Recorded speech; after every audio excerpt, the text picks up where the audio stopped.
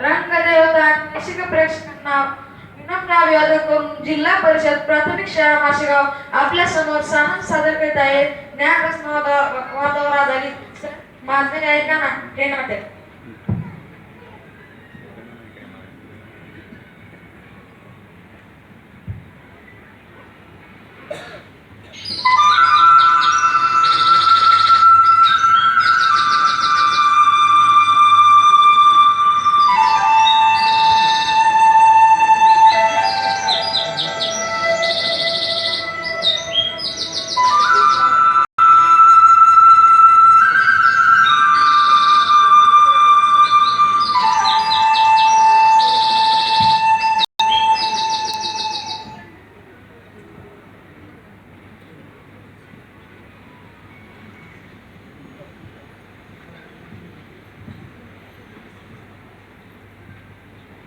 शिव्या तू कविता पाठ केली का? नाही बा, रात्रीपासून पाठ करतोय, सकाळी पण एकदा वाटली तरी पाठ होत नाही बघ. आता सगळे कळत बघ. चल चल लवकर शाळा भरली असेल.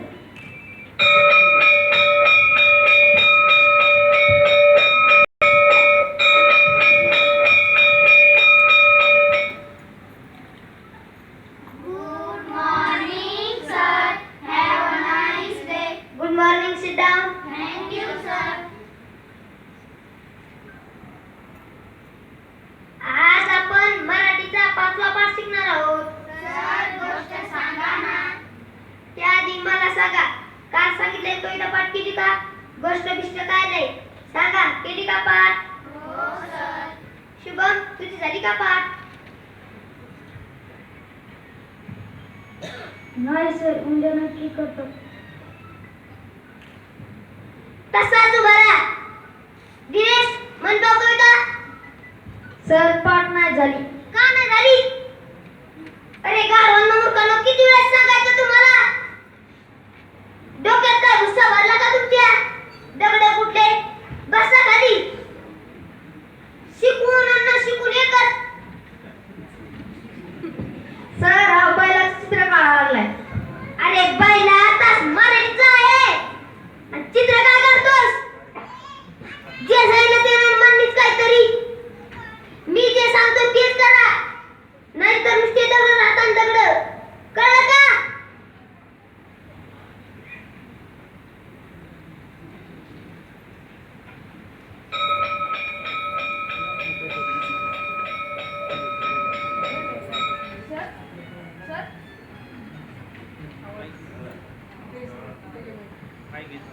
मी बाप पोपटा चित्र काढून आणलंय.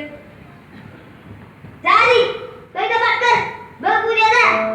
जे सांगितलं ते मन दिसतंय घरी.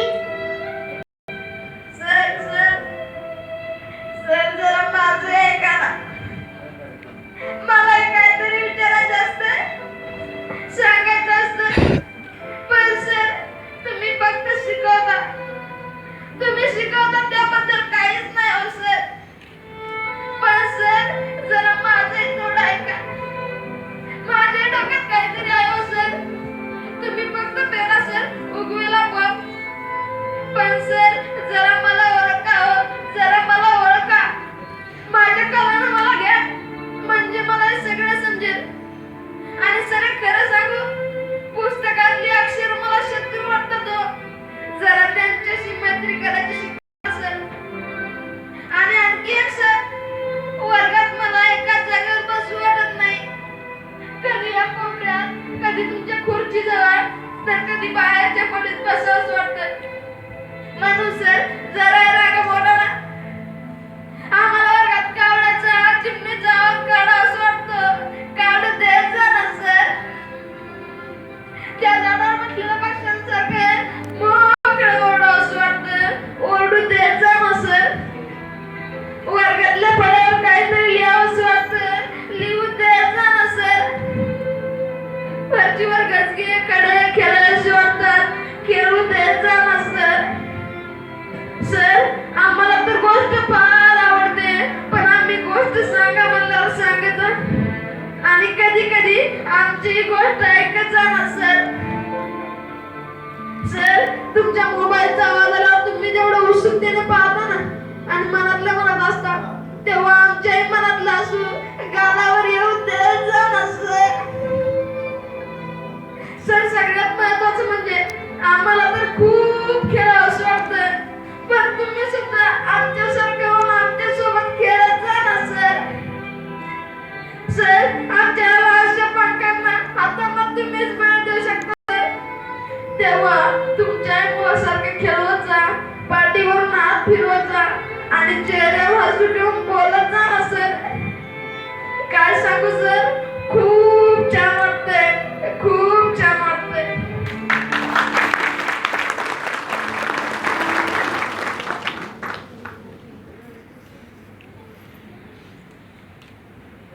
मग सर कुठे गेला होता? 2-3 दिवस दिसलाच नाही. आम्ही गेलो तो कुमटे बिटला भेट द्यायला, म्हणजे ज्ञानरत्नावर पाहायला. हो, ऐकलं होतं कोणती ती मुले म्हणे फार हुशार आहेत. खरंच मी तर आवाज झालो त्यांना पाहून. वर्गातली सर्व मुले हुशार आणि एकही कच्चा नाही. शक्यच नाही.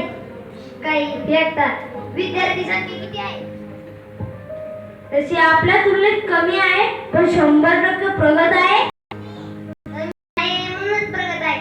नाहीतर आपल्या इथं 2-2 मार्क एकाला सांभाळावे लागतात. त्यात पुन्हा टपाल, बियोलॉजी काम, सरळ आणि घरोघरी जाऊन सर्वेक्षण. एका कमी आहे का? गुरुजी ही समूह कामे करतात ते जरा पॉझिटिव्ह विचार करा. मला याचेच वाटले होते, पण मी विचार केला तेही शिक्षकच आहे, मीही शिक्षकच आहे. त्यांनी करून दाखवलं, आपण का नाही? बदल तर आपल्यालाच करावं लागेल. अवघड आहे ना जुनं सोडायला. जर वर्तमानात भविष्याचे समस्या आकार आपल्या हातून घडत असतील तर जुनं फेकायला अन्न शिव करायला तयार आहे मी. आणि आजच्या नव्या पिढीतील शिक्षक बदल करायचा म्हणल्यावर गाव तर घालावाच लागेल. उगाच नाही म्हणलं जग बदल गाव निघा. बरं तुमचं पटतंय मला. करतो विचार. मला उशीर होतोय, निघतो मी. खरं सांगू मित्रा, शिक्षक झाल्याचा अभिमान आणि शिक्षिकेपेक्षा तो समाधान मिळेल आपल्याला जर हा ज्ञानरत्न रुजवला तर.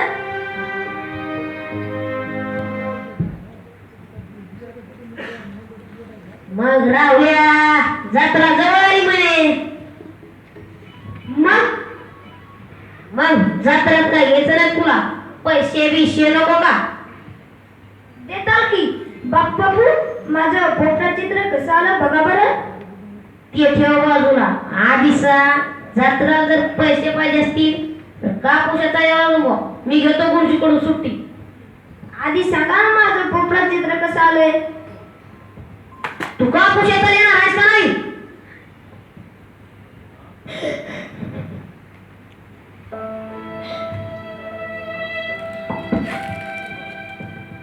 कुणालाच वाटत नाही ते शिकावं, म्हणून सगळेजण स्वतःसारखं वागून घेते. जेव्हा शाळा नसते, मी करत नसतो, तेव्हा बरं वाटतं. बापू माहिती हो तुमची परिस्थिती, पण नाही हो जे पती कवळे हाताना तुमचे काम. नुसतंच म्हणता तुझ्यासाठीच करतोय सगळं बाळा, पण नाही. तुम्ही फक्त मला कुणी तर धरतात ना बापू. तुम्हाला माहिती आहे का, तुम्ही नुसतं चित्र पाहून छान जर म्हणलं असतात ना तर मला त्या एका शब्दानं 2 दिवस आनंद दिला असता. आणि बापू ही आमच्या एवढ्याशा मनात खूप मोठी स्वप्न आहेत. ही कधी विचारलं का शाळेत आज काय शिकवलं नाही ना? तुम्हाला काय करायचे म्हणा नाही हो. सर्वच नाही पाळून मला तुमचं दिल करणं, तुमचं दिल करणं.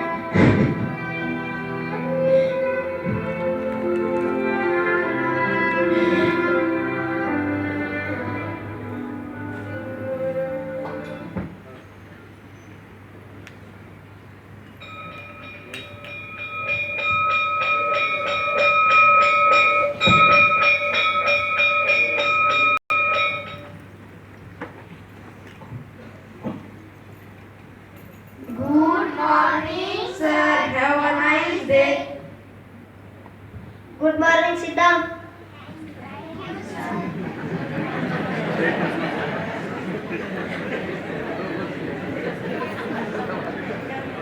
आता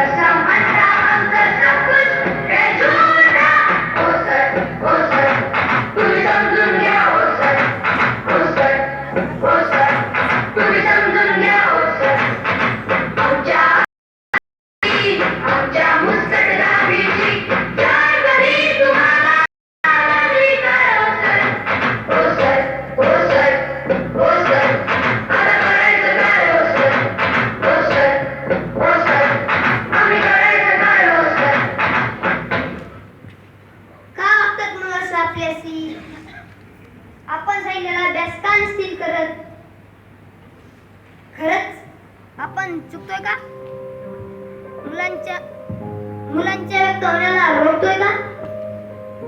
त्यांच्या कल्पनाशक्तीला खरंच आपण वाव देत आहोत का? का कल्पनाशक्ती त्यांच्यावर लागतोय? नाही, खरंच आपण चुकतोय. मुलांच्या मनाचा विचार करायला हवा. त्यांच्या कल्पनेला मोकळा श्वास हवा. त्यासाठी त्यांच्या पंखांना बळ द्यावं लागेलच. त्यासाठी आपल्यालाच बदलायला हवं. ठरलं तर मग सुरू करू ज्ञान रचनावाद. एक परिपूर्ण विद्यार्थी घडवण्याचा बदल, एक भारताचं भविष्य घडवण्याचा बदल, एका अंकुराचं पटवृक्षात रूपांतर करणारा बदल, एका निरागसतेला महान बनवण्याचा बदल आणि चांगले जीवन शेवटी स्वतःच्याच विचारांच्या शोधातला बदल. गोष्टीतला बदल, आनंदाचा बदल, कल्पनाशक्तीतला बदल आणि तेजोमय भविष्याचा बदल. ज्ञान रचनावाद.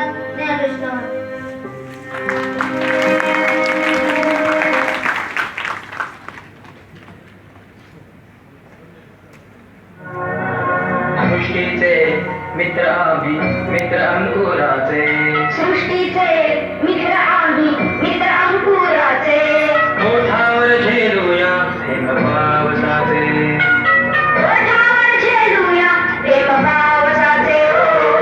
सृष्टीचे मित्र आम्ही, मित्र अंकुराचे.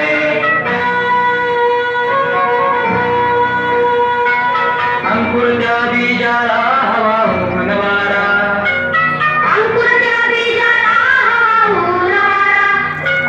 मायेची छाया अन्मनाचा उभारा.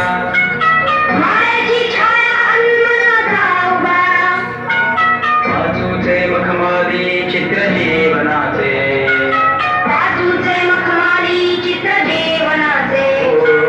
सृष्टीचे मित्र आम्ही, मित्र अंकुराचे. सृष्टीचे मित्र आम्ही, मित्र अंकुराचे. ओठावर झेलूया थेंब पावसाचे. ओठावर झेलूया थेंब पावसाचे. सृष्टीचे मित्र आम्ही, मित्र अंकुराचे.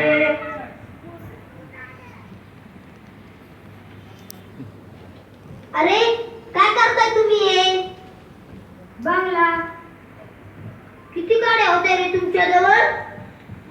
550. आणि ह्याला किती लागल्या? 500.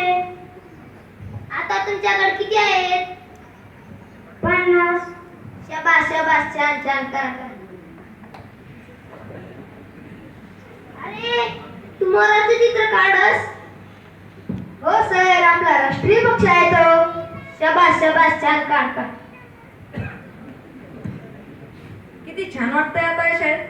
आम्हीच करतोय सगळं. सर आमच्याशी गप्पा करतायत, गोष्टी सांगतायत आणि आम्ही सुद्धा छान कविता तयार करतोय. आणि ह्याने तर कामालाच केली.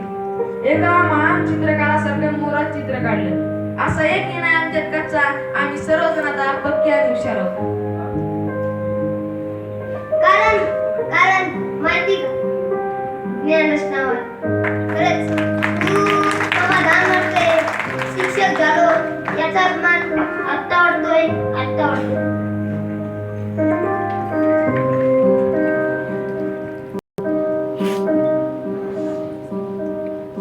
आमच्या जवळ येऊन आम्हाला समजून घ्या. आम्हाला काय हवंय ते जाणून घ्या. कारण आमचं बालपण घडवण्याचं हे तुम्हा शिक्षक, आई वडील आणि समाजाच्या हातात आहे. तुम्ही जर आम्हाला चांगलं जाणून घेतलं तर पहा तुमचं भविष्य उद्या काय करते ते. नक्कीच हे भविष्य शिक्षणाचं आहे.